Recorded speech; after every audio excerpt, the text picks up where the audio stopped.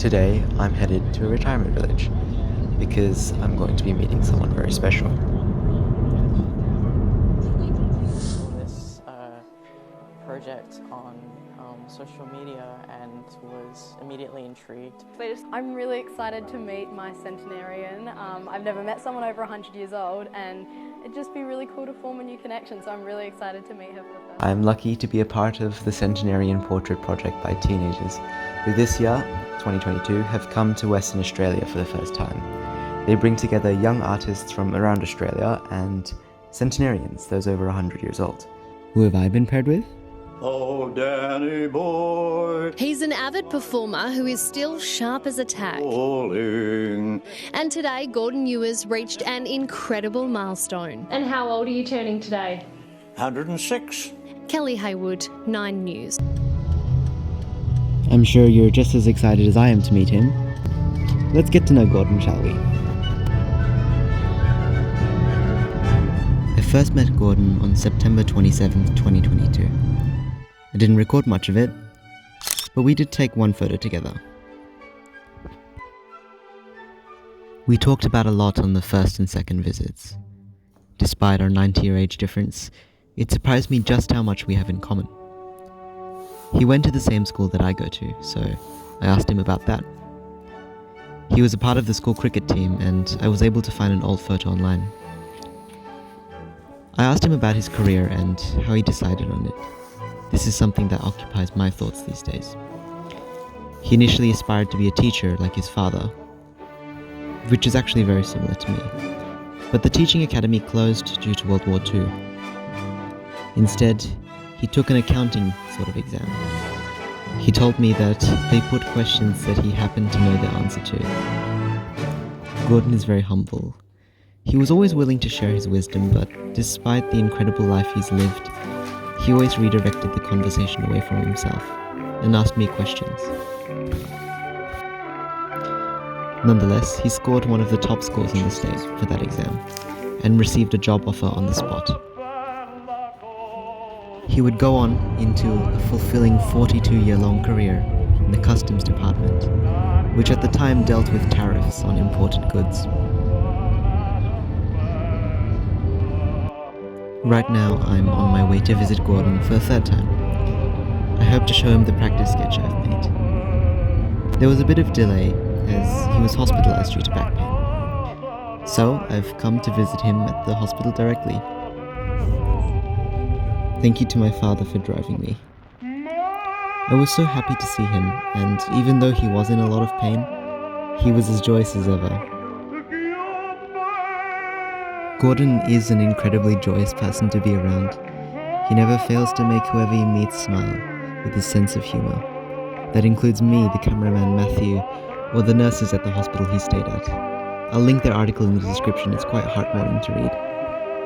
I first knew I was getting old when I discovered that my daughters were getting seniors cards. It was in this light I decided what would be most important for the portrait.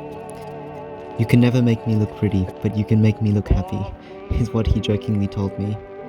And these are the words that have stayed in my mind as I've created this portrait.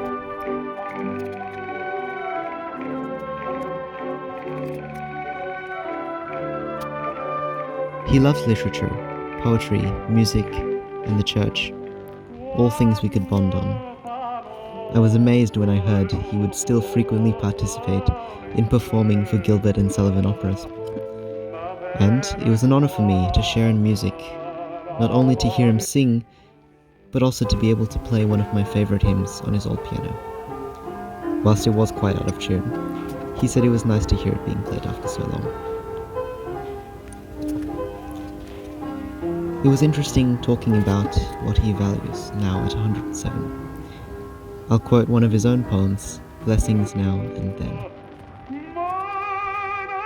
"I've been rich in family, friends and wife, and blessings without number all my life. And for these many years I've had good health, which means much more than having fame or wealth. I've always given high priority to serving the church, God's family."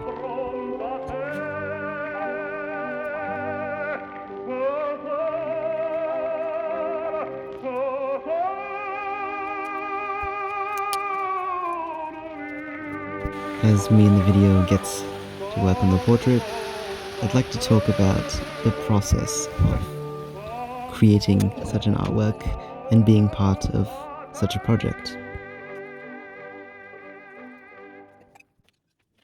It all started on the 22nd of July 2022, which is almost a year ago now.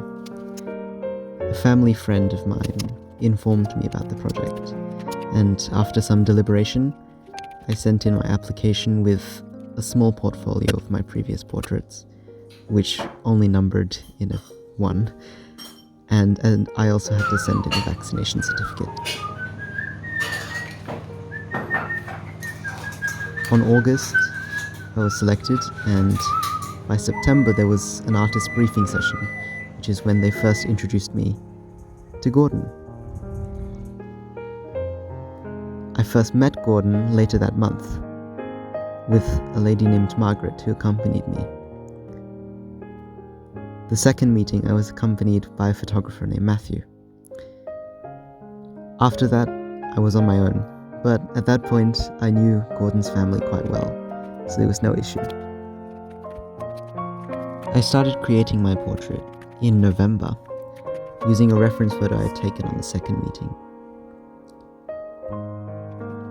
The portrait was due in December, so I had roughly 1 month to complete the portrait.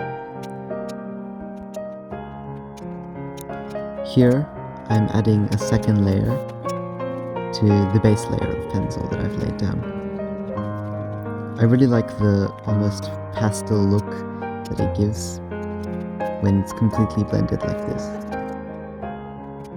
Once the portrait was due, we all went in and recorded our artist statements at a professional recording studio. It was also a wonderful opportunity to meet all the other amazing artists who were part of this project. As a calligraphy channel, I thought that it would be only fitting that I include one of Gordon's poems. I chose to include the poem Kindness Supreme Virtue, which is one of Gordon's favorite poems, and I absolutely love the message of this poem. Gordon kindly shared with me a collection of his poems. Whilst he never made them with the intention of publishing,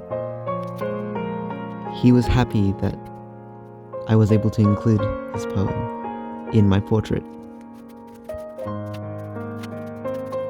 And after several hours of planning, sketching, and drawing, it was done. But there's just one more thing which I would like to do before I hand it in. Show Gordon the portrait. Well, do you think that? Kindness, supreme virtue. That's the one I chose. Now, I still like that. It's not the best bit of poetry I wrote, but it's something I like to say in verse, which is good. Oh, that's good. And now we're off to the state exhibition with 60 artists from across Western Australia. I think now is an appropriate time to mention this project was a national project, and they conducted similar projects in other states. My portrait of Gordon has been selected for the national exhibition in Canberra, which will be held in May. If you happen to be in Canberra around that time, I've put the details to the exhibition in the comment section. After a quick trip abroad, I'm back to gift Gordon his portrait. I'll let you watch this moment in silence. I hope it's not. There we go. Here it is. Do you want me to move that table out of your way? Or you What a handsome young man I am. I agree. Modest. Oh, that's nice. And this is all of the times we met. Oh, what a nice idea. Oh, have you done that? Yeah. Oh, that's good. So this one is the first time we met. The first meeting, yeah? This is when I Yeah. first showed you the portrait. The final reveal. Yeah, it's actually- You'll have to have a copy of this one on the back. Yeah. No, yeah, thank you very much.